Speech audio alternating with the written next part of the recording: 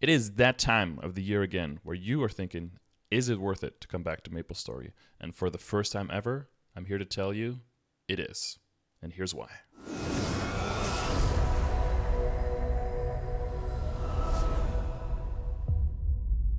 The Destiny update is coming June 15th.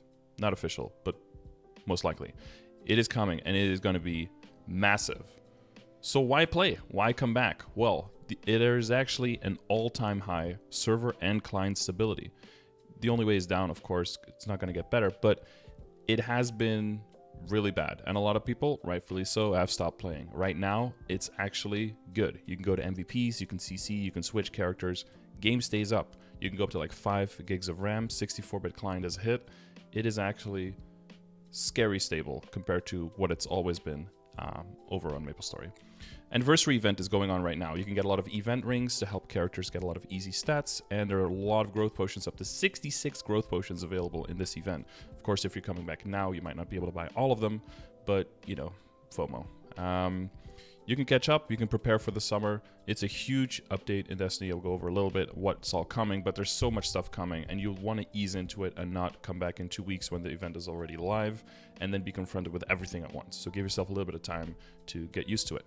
You can have a front row seat for Destiny update so you don't have to miss out on anything because you're so well prepared, and you were coming back anyway. So, you know, give yourself a little bit of time, hang out, get to know the people again, get to know the game again.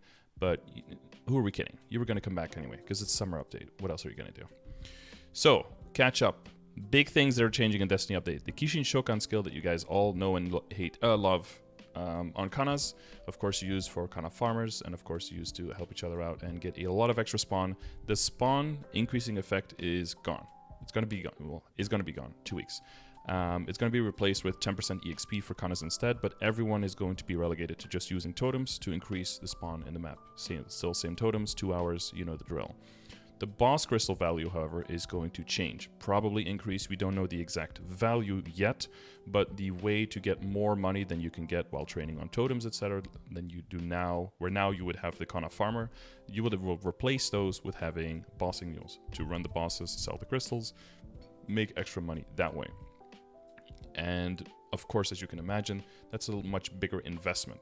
So the more time you have to work on that, and the earlier you come back, the more time you will have to respond to that change. Of course, we've already known that for like the last 5.5 months with the winter update, so everyone's been working on that for a long time. But in case you didn't know, here's your memo, I guess. And if you come back now, it gives you time to facilitate for that switch, like I just said. And the crystals are going to change from 60 per character to 180 per account.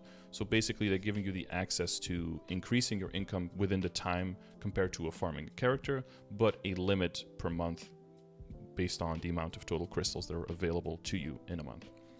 And of course, depending on the crystal value, which hopefully we will know somewhere in the next 2 weeks, probably only when the game actually goes live, and then we will see if we have the variable price structure like in Korea, or if we get set prices like some other regions did. Once we know that for sure, then you can decide which characters are you going to do which bosses on, and then depending on that, you can do the maths on how much time do you have during the week, etc. And then the funding can really finish up, you know, things like nodes will be applied, that kind of stuff. So bossing mules, honestly, early on, you just pick whatever has good base stats, what I call them. So high critical rate, high critical damage, high boss damage, high IED. Those are in high demand because it means that with a low legion and with very few links, you can already kill bosses because there's not as reliant on those stats. Easy characters like Adele, Demon Slayer, Dual Blade, Dark Knight, Arc, Hero and Kane also have like very good base stats, so they don't rely on it as much. Plus, then they can scale up once your Legion and your links take off. If you're already further in the game, you can just play whatever you want. Up until probably a year or two ago, there was definitely some classes that are like, just don't play those classes, they're garbage. But with all of the changes that happened the last, I want to say like 6 months in the last year, plus all of the upcoming Destiny changes, I feel like every single character in this game is viable. And that's not like a dig. Some characters are still going to be, you know, struggling at certain parts of the game more than others. Typically, if you take support characters, they're going to take a little bit longer to become full-fledged solo bossing characters, of course, but that's understandable. But everything else, I think, is going to be viable as long as you like it, as long as you do the right investment in it. You're going to be getting a lot of bang for your buck, and every character can do all of that content. My Project CRA is almost completely finished. I only have the one archer and the warriors to do, and there were only a few characters that kind of struggled, but this was before the final damage change to the reboot passive, and that basically rocket propelled every character, every class into being able to do that content pretty easily. If you're looking at optimizing, doing all your bosses with bossing mules, because of course, you're trying to make as much money in as little time as possible, people will be advocating for 2-minute burst classes, so you can just, burst a boss, go to the next one, burst a boss again, and you don't really have to wait. This goes very nicely together with the change that is coming to Urdanova, where if you level it quite a bit, it goes up to, the cooldown goes all the way down to 2 minutes, and it starts at a lower cooldown, so it'll be easier to synchronize that with a bossing mule to actually reliably have a bind, rather than now where it starts with like a 400-second cooldown in the beginning, and it's, you can use it once, and then you can use it again once all of the bosses are dead, basically. And then classes with many high damaging skills. So I'm looking at Kayn as well. They've got like a bunch of skills that do a lot of damage with relatively low cooldowns. If you have a skill with a character with a lot of skills like that, you can also just alternate and make like mini bursts to make like multiple bursting sessions, and that way you could also really just knock out all of those bosses really quickly, especially like the CRA and like the Hardhilla and the Czak, all of those that have like a decent chunk crystal but that don't really require all that much burst setup to kill. You're mostly especially if you're looking for like a Lotus and Damien bossing mule, all of those earlier bosses are just gonna like keel over even if you're not really actively using your full burst, So the big changes in Destiny, there's many. I'm going to try to address all the most important ones, but there are so many. So your total EXP needed from level 250 to 259, which is kind of like a little bit of a dead zone now, where a lot of people didn't really feel like they needed to level past 250, or they just automatically do just because of being in Limina and working on familiars. But that experience required is going down by a total of 16%, so that's a big difference. If you're in those level areas or beyond, you will gain some EXP because of the changes. All of Starforce cost is going to be cut by 20%. That's not temporary, that's permanent. So starting this summer. And that's mainly because of the change of the Kana Farmer to the bossing crystals instead, and because of the investment cost into that being a lot higher, and therefore, facilitating that change basically. And also the Maple guide is going to be updated. For a lot of people, especially new players, returning players, the game can be very confusing, overwhelming, a lot of stuff at once, especially if you use your NPC chat to skip through all the dialogue, because then nothing gets in. And believe me, I get it. I think there are too many messages that pop up, so you're just more inclined to skip them. If there were fewer messages and they were more to the point and with information that you needed, I think people would be more inclined to read it, but that's another thing, I guess. You'll be able to select a bunch of maps that you can quick travel to. You won't need VIP teleport rocks as quickly. And overall, you'll just have a better view of what's going on, what kind of content are you expected to do around your level, and what is the next stuff that you are looking forward to being able to do. There's like a boss tab and everything, and PvE tab like now, and like a party quest type tab, but that'll be more structured and more easy to see what's going on there. There are going to be account-wide boss and Arcane River pre-quest completion sharing. So if one of your character in your account has unlocked a boss or unlocked a Arcane River area and gotten the symbol, then every next character coming in can auto-complete, skip, and immediately start doing the thing on your entire account. So much time saved there, especially if you're going to take a lot of characters into the Arcane River. You won't get the experience from the quest, of course, but who cares? You can really start getting your symbols, right? Symbol cost upgrade is going to go down. More boss entries, include like all the way up until Black Mage as well. So you'll be able to, if you fail a boss, you don't necessarily have to wait. I think you still have to wait half an hour, but you don't have to wait until the next day until you can try again. You can try multiple times during the day. There's a new equip set coming that'll basically fit in between the boss accessory set and the pitch boss. Of course, we already have the Sweetwater stuff there, so you'll have to look a little bit. The main item we're looking at there is the Dawn Face accessory. We don't know exactly what it's going to be called yet, because every region has named it something differently. It's going to drop from Lucid and Will, and it's going to be best in slot combined with the Slime Ring. Only superseded by, of course, if you can get 21 or 22 star pitch boss, like the Berserked and the Eye Patch and that kind of stuff. But for most people, this is going to be their best in slot for a long time until you can get one of those super rare drops. So the crystal value changes is huge. Loot box systems, many bosses are going to drop boxes instead. where you can pick which one you want. For example, from the will book, from the arcane armors or arcane weapon boxes, you'll be able to choose which one you want. So no more heroes getting one-handed axes drop when you actually want two-handed axes, or no more, you know, your third shoe dropping when you actually need a cape or a glove from Lucid, that kind of stuff. There's going to be new bosses, so Easy Will is going to be introduced to kind of like ease you into those mechanics a little bit easier, and his arcane power requirement is only going to be 560, so it's going to make it easier to access. That's only like a little bit higher than what you need to get max damage on Lucid, right? So that transition is going to be really easy. There's going to be a normal Varys Hilla, and there's going to be a normal Saren. Of course, their rewards are going to be lower, but it'll help you ease into the mechanics so you can, you know, have something to do and already feel much more confident in knowing the mechanics once you get to the harder version of those bosses. The pitch set bonus is getting a stronger 7 set and an 8 and a 9 set bonus update, so more critical damage, more boss damage, etc. Really pushing people towards getting that full pitch boss set, but of course in Reboot we're going to have a lot of trouble with that because of the rarity of the drops. There's going to be Black Mage practice mode. This is huge for people who are basically just leveling, not really doing Tenebris bosses and haven't really saved up many sparks for the keys. This way you can just go in practice mode, save up your sparks for keys, and then once you really feel confident, maybe even you already get your first clear in practice mode, then you can actually start doing the runs, and maybe even do multiple runs on the same day if you guys have the time, and really start confirming those kills much faster. And then there's going to be easier 5th job advancement, fewer requirements. You're just going to be able to go towards 5th job even faster. I still remember the days where we had to wait like 22 hours with charging stones and everything to be able to get in there. That was horrible. Now it's a far cry from that with these upcoming changes. And your starting symbol is going to start at 40 arcane power instead of 30. So that'll make it even easier to get through the first storyline and all of that, and easier to just transition throughout the game basically. Then we're going to get link skill and keyboard presets. So if you make them very similar to the hyperstats now, you can make a mobbing and a bossing preset, maybe even different kind of bosses or different kind of mobbing, whatever. You can make 3 presets of link skills and you'll just be able to switch. You know, if there is the thing where you switch too many times and you have to pay money, it'll just tell you like, hey, these 6 skills you need to pay for to switch, and you can just click OK, boom, and they'll switch. And the keyboard presets will look something like this, where you have the presets up here that you can select between. You'll basically have one button like this that you can use to switch to the next preset. And if on every keyboard preset you put them on the same button, like change to 2, change to 3, change to 1, then you can just, you know, shift through your keyboard presets. I think this is going to be used way less than this, of course.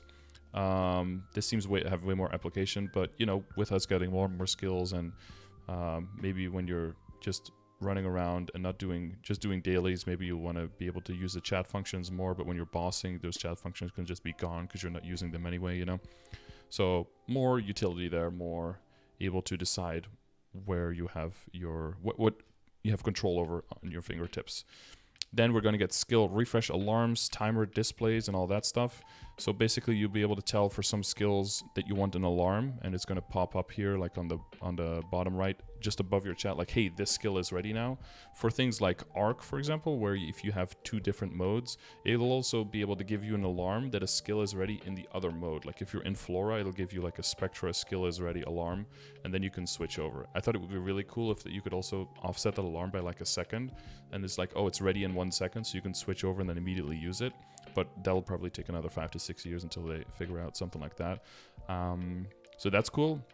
And the other thing is you'll be able to change how the numbers look for skill cooldown, because sometimes they're a little bit hidden in the corner and you can't really see what's going on and when the skill is really going to be ending.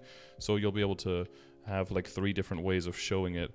I'll probably go for like the giant number, honestly, because after a while you know exactly where your skills are, and it's not like this whole green blob really is very distinct on which skill is what. So it's more important when you can get it back than what exactly the skill is, because after a while your fingers know it anyway, right? Then more changes. Yes, we're not nearly done yet. We have a battle pass coming up.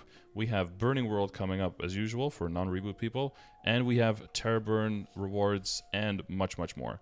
It's gonna be crazy. From all this stuff, the only thing I will say that is like lesser than what you usually get is that the Terra Burning weapon is gonna now come with pre-rolled stats, which are better than what you would usually get, but they're gonna be unchangeable. But that's like the only thing that's, I think, not better than what you usually get. Although initially that's better, especially for new players, because you don't have to spend money rolling. You already get really good stats. I believe you get a line of attack, a line of damage, and maybe a line of crit or ID, something like that. So it's like a really good starting line on Epic. But other than that, you get way more. So the Battle Pass has like extreme growth potions, selective symbol vouchers, so you can choose between like sacreds and normal, EXP nodes, big event rings, right? The ones like where you have the Awake, the Tenebris, the Justica ring, like those really big ones. 40 all stat, 25 weapon and magic attack, 4,000 HP MP. Selective growth potion voucher, unique scroll, skin color because that's important. And a maximum potion voucher, like the really big one, up to 250.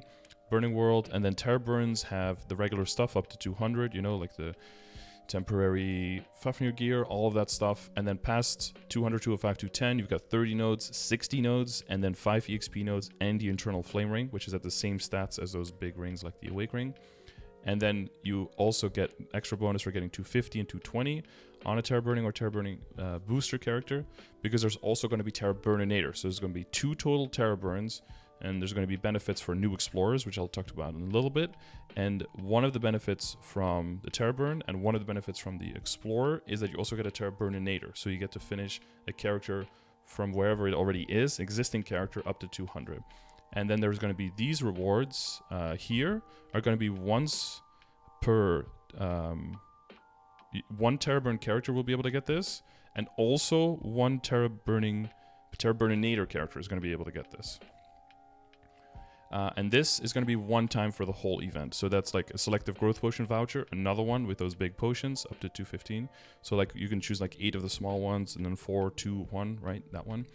And you have the choice between Absolab Weapon Box, where you probably definitely don't want to pick up the Dominator, but you want to pick up the Absolab Weapon Box, right? 17 stars. All you have to do is get a good flame on it. And these are great for bossing mules as well. You can just slam it on a new character and boom, bossing mule, pretty much most important equip already done. So the other changes are for the Explorer, Redux, massive class rebalance. I've gone over all of the videos and all the stuff when it came out in Korea. You can check !revamp in my Twitch chat and to get to the playlist of all the changes that are coming. It's insane. There are going to be boost node changes, and the big buff for Urdinova that I already mentioned for the cooldown is going to be massive for all the characters. If you want to see as an explorer how your boost nodes are going to be changing, make sure you check out the vmatrix command in the chat. I've got a specific link to just all of the changes coming to boost nodes if you want to make sure that you're not over investing in the wrong boost nodes early on. Although we have to say that some skills might not be used as much in Maple C after the changes, but maybe in KMS, but maybe in GMS they will be used, because we have totems and they don't. So we might use skills a little bit differently. So that's still tentative. So if you want to get in-depth information on that, I would advise you to visit the class discords, where people are no doubt having communications about this and having discussions. Another thing is everyone is going to have 100% stance all the time, which means the Mihal Link skill is changing. It's changing to, I believe it is status resistance. A lot of status resistance, but for a short amount of time. I'm not sure if it's going to have a place in the meta, at least not in the short term. But it does mean that everyone who's relying on the Mihal Link skill now for stance basically gets a free extra Link skill slot, so that's nice. However, in Maple C, they brought all of the changes through, including this one, but they didn't give the stance yet because the skill changes for the non-KMS classes didn't happen there yet. So basically they have like a month or a month and a half where they have no stance whatsoever. So that's a little yikes. I hope that we don't get the same thing, because that would be not good. Mastery book system is going to be removed completely. Everyone is just going to have like all of their skills going up to 20 and 30 respectively, where they need to be without having to use books, which means, you know, that saves you quite a bit of money, leveling up a lot of new characters. There's going to be exchange, tradable characters for mezzos, tradable books for mezzos, untradable books for spell traces. So you can, if by the end of this event, until the 19th of June, right, the event shop from the anniversary, you still have a bunch of coins left, you could just mass buy some level 30 books and then just transfer them up for traces in the Destiny update, and then make some money that way. If you have spare coins anyway.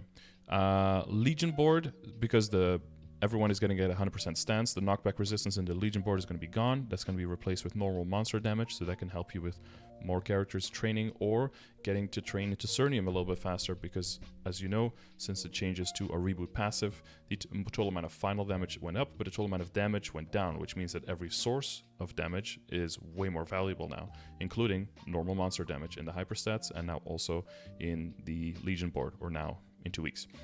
There's going to be better symbol scaling for Xenons and Demon Avenger. That's, you know, more precise for just those two classes, but that's pretty big for them. And Evan and Mechanic equips are going to be available in the general store. More changes. New Explorer, I mentioned it a little bit earlier. So if you make a new Explorer, there's going to be Terra Burninator booster, like I talked about. One of those big 3 rings again. Selective slot expansions. Basically just a whole bunch of stuff to get your character started early on. And then on top of that, there is also going to be this track of rewards. There's going to be a title, trade boost potions, experience coupons, nodes, symbols, EXP nodes, more symbols, and then a box with, you guessed it, more symbols. 200 from this box alone. I think in total it's like 300. I think it's 50, 100, 200, something like that, like 350 total symbols. So those, it's going to be best to hold on to those and not use them on Vanishing Journey or Choo Choo. Just blow through those levels, get to 220, and then at 220, use them on Lacaline so you can get a lot of easy levels on that, because usually Lacaline is slower to build up because a lot of your symbols come from Dream Defender Tower, and Dream Defender Tower takes a while to build up, especially if you're a new character. And then again, with old and trusty, another 17-star Absolab Weapon Box possibility. You can get it on this character, and that way you can go from your temporary Fafnir into your Absolab, and then basically, you know, hold that until you can go into Arcane, maybe, if you play your cards right. And then you don't have to spend on a weapon until an arcane weapon. Or again, you can trade it and give it to a character that you want to make into a bossing mule, and then that one can start raking in the cash early on, because that character won't have anything else, and you will already have at least a temporary Fafnir, which, you know, even if it isn't the greatest, you get the set bonus with the other CRA pieces, so that gives an extra 30% boss, so it's not that bad. And then a unique emblem box, which is that's pretty unique. That's pretty rare, because that way you will be able to have 2 emblems on one character, which usually never happens. So that does open up some options. Well, never happens until you get to Saren, but that's a little bit far into the game. We're getting a little bit ahead of ourselves here. So this will allow you to maybe make one with primarily attack, maybe one with IED, and it'll also allow you to freely roll with red cubes or Meister cubes on the side without having to feel like you are actively destroying a very pivotal part of your damage, right, as you're rolling. And then there's also 20k Maple Points voucher, which, remember, we had the Battle Pass where you were able to get a bunch of rewards. If you paid for the Battle Pass with the Maple Points, you can double your rewards. But at least in Korea, was 20k Maple Points. Here are those 20k Maple Points. So you can basically, if you participate in all of the events, you can double up for free there. In Maple C, apparently it was 22.5k or something. We'll have to wait and see once we get our actual patch notes, but that'll probably be, I'm guessing in a week we might see the preview patch, and then in 2 weeks the final patch notes, hopefully on the 14th, before the update on the 15th. More changes. Yes, we're not done yet, okay? I told you, it's a huge update. There's going to be a new boss called Kalos. Kalos and Saren are together going to give drop pieces for what's called in Korea the Ethernal set. I don't know how they're going to name it for us. Maybe they'll rename it a little bit. Maybe, I'm guessing they're probably going to call it Eternal set, probably. That's only going to have the hat at top and the bottom for the start. It's going to be weeks and weeks of gathering items and exchanging the items in kind of a similar way as the drops right now for CRA. It's going to take way longer, but if you compare it to the average time it takes you to get like pitch boss pieces, for example, it's way more doable to have it like guaranteed in the amount of weeks that they're guessing. There's also Spiegelman Starlight has like a bunch of extra rewards as well. It's basically like another battle pass, basically like, well, it doesn't work like a battle pass, but it's like the same tier of rewards as a battle pass or as the new Explorer rewards. It's just a bunch more stuff that just comes out of nowhere, and it's like, oh, more free stuff for participating, okay. Just to accentuate, there's so much stuff that you're going to be getting just by playing. It's going to be, the Fairy Bros is going to update a little bit. There's going to be Mega Burninator in the daily login rewards somewhere. So that'll help you build up your Legion if you're a newer player. And there's so much more, but like these are some of the most important things that are in there. There are also some maybes that we are looking out for. We're hoping that Zero and Beast Tamer come back. That's most likely going to happen, but I want to be careful in saying like that's definitely going to happen, and then if it doesn't, I look weird. Well, I always look weird, but then I look wrong. So I want to make sure that that I do mention that if you don't have those classes yet, always make them. You can always level them up later, but make sure you have created them. The Beast Tamer will be under Chase for some reason, and then Zero, of course, both very strong. Link's Legion starting. There was a thank you gift in Korea that had more like level up potions and symbols and all that stuff. It's not sure if we will get that as well, but maybe. There was a petite pet time where everyone got a 30-day sherbet vac pet. For people who don't know, vac pets suck in loot from a very far range, so you don't have to literally walk over the drops. You can just be remotely close and it'll just get sucked in. This makes it a lot easier to train, and also makes it a lot easier to go to maps with a lot of platforms, and that might have a quote-unquote worse layout, but have more monsters to kill, so you can just worry only about the killing, and then the pet does all the looting for you. You don't have to worry about your pathing. That's possible that we get that as well. That was in Korea, but we'll have to wait and see. And then the last thing, the huge thing, is the Shining Star Force event. I saved the best for last. So we know that there's going to be 20% off starting in the summer for GMS, but what KMS also had was a Shining Star Force event that had 30% off that we know, and 5 to 15, 100% chance that we also know at the same time. So, well, I guess by this time you already realized, if you are going for high Star Force, if you're trying to go far into the game, specifically past 17 stars, you want to save literally everything you have and dump it all if that event happens. So if we don't get an announcement, or if we get an active announcement that it's not going to happen, that's whatever, but because we still have the 20% cut, and then during a 5, 10, 15, it'll basically be like a mini Shining Star Force anyway. Every single time we have a 5, 10, 15 from now on. But if we do have this, that'll be huge. So if you are sitting on some money, or you're planning on going high Star Force, that's the one you're waiting for. So I believe I will have sufficiently convinced you now. I probably had you by like slide number 2, but I just kept piling on to make sure that you would absolutely have no reason not to come back anymore. I mean, honestly, just the first line, the fact that the game is now stable and playable, I think for a lot of people, and I didn't really, well, I kind of realized, but still not enough, how important that was. Just being able to log in, switch characters, stay logged in overnight, just go do some bosses, not have to relog every time, not have to look over my back all the time of like, can I go do this because I might crash? Can I go do this? It might memory leak me, right? Just the fact that that's gone is a huge load off the shoulders, and you can actually just enjoy and be in the moment and enjoy the game and play the game. That's been the biggest change, honestly. And then all of this free stuff is just a bonus, But yeah, there's going to be easier early game progress. Maple Guide is going to be remade, and they're continuing to remake. So this is the stuff that's coming in Destiny, but since Destiny, KMS has already done a lot of changes after that as well. Way more skill changes, way more early game quality of life stuff. Right now in Korea on June 11th, we will see the preview for Ignition, which is their summer update, which will be our winter update, on a complete overhaul of the Cygnus Knights as well. So there's a huge amount of stuff still coming, and they're really working hard on it, and the game is playable. So I've always said when people come back to the game, they're in the Twitch chat and it's like, oh, I'm coming back to Maple. My initial response was always like, oh no, I'm so sorry to hear that. Now is the first time I think ever where I feel okay telling people like it's okay to come back. Like it's safe. All right, you can you could be here and enjoy the game, and it's a good thing. And if it's not a good thing, if you're still confused with anything, like it says up there, I have near 200 commands with a bunch of information. I have a incredibly knowledgeable and helpful chat, and everyone would be more than willing to welcome you and to help you have a good time. So if you have any questions, I'll see you in the YouTube comments. And if you want to catch up on information or check me while I'm streaming live, come to twitch.tv/Scardor, and you're always welcome. Thanks for watching, and welcome back.